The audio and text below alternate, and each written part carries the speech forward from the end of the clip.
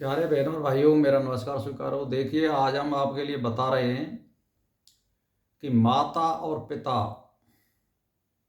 असली कौन होते हैं। इसको जानिए आप।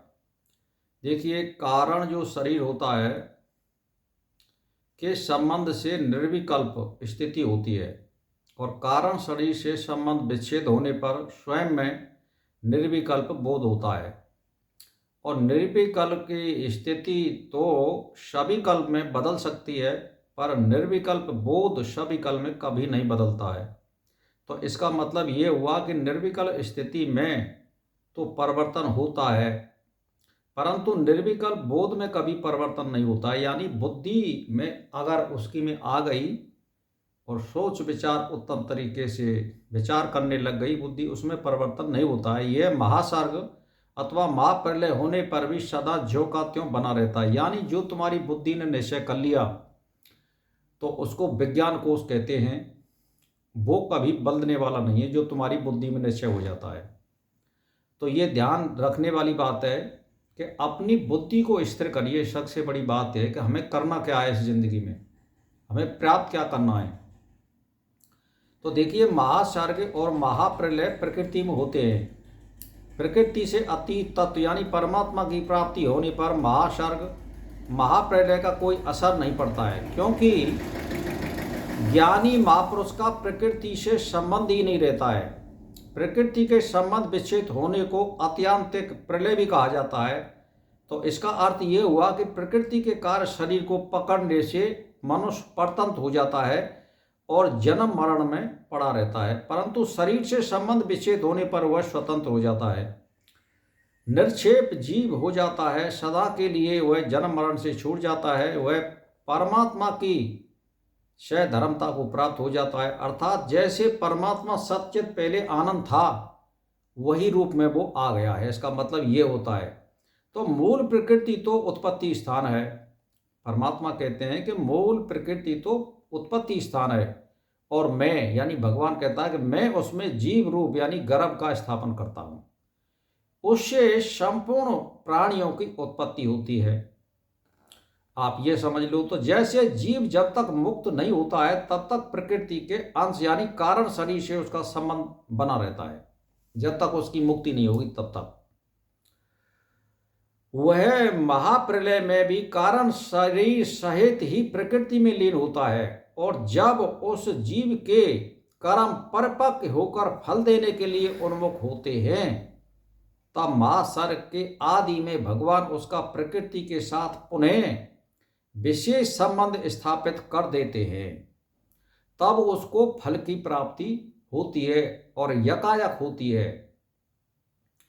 तो आप समझिए कि संपूर्ण प्राणियों में जिसने शरीर पैदा होते हैं, जिससे शरीर पैदा होते हैं, मूल प्रकृति तो उसकी माता है। यानी पंचभूत जो होते हैं, मूल प्रकृति वो माता है, और मैं बीज स्थापित करने वाला पिता हूं। मैं का मतलब परमात्मा। वो जितने भी मान के चलिए आप, जितनी भी क्रियाएं होती हैं, मान के चलिए कि जड़ में जो क्रियाएं होती हैं, जैसे मान के चलिए पत्थर एक काल ऐसा आएगा कि वो एकदम मट्टी में मिल जाएगा, धीरे धीरे वो जड़ दस्ता को प्राप्त होगा। तो उसमें क्रिया कौन कर रहा है? पेड़ पौधों में क्रिया कौन कर रहा है? आप समझिए। तो कहने का मतलब ये है कि बगैर संचालन के कोई चीज का विकार पैदा नहीं होता है, उसमें अंतर्यामी रूप से परमात्मा होता है। आप अनाज को रख दीजिए और उसमें ऑटोमेटिक कीड़ा पड़ जाते हैं, और उसमें खूब इंतजाम कर लीजिए, लेकिन मतलब अगर कोई दवाई वगैरह विषाक्त कोई पदार्थ नहीं रखा तो उसमें कीड़ा पड़ जाते हैं। तो इसमें क्रिया कौन कर रहा है? आप सोच लो। तो कहने का मेरा मतलब ये है कि भाई, ये कहते हैं कि भाई पृथ्वी जल अग्नि वायु आकाश चाहिए कि तब जीव उत्पन्न होता है, लेकिन अनाज में तो कुछ नहीं होता है। वहाँ तो हवा का भी संपर्क नहीं होता है, बंद होती है बिल्कुल, तब भी वहाँ जीव पैदा हो जाता है। तो कहने का मेरा मतलब ये हुआ कि प्रकृति जो है, पांच तत्व जो हैं, वो माता का स्थान है, और जो पिता है जिसमें बीज स्थापित करता है, यानी वो अंतर्यामी रूप से उसमें परमात्मा होता है, उसका संचालन वो करता है, इसीलिए वो पिता कहलाता है।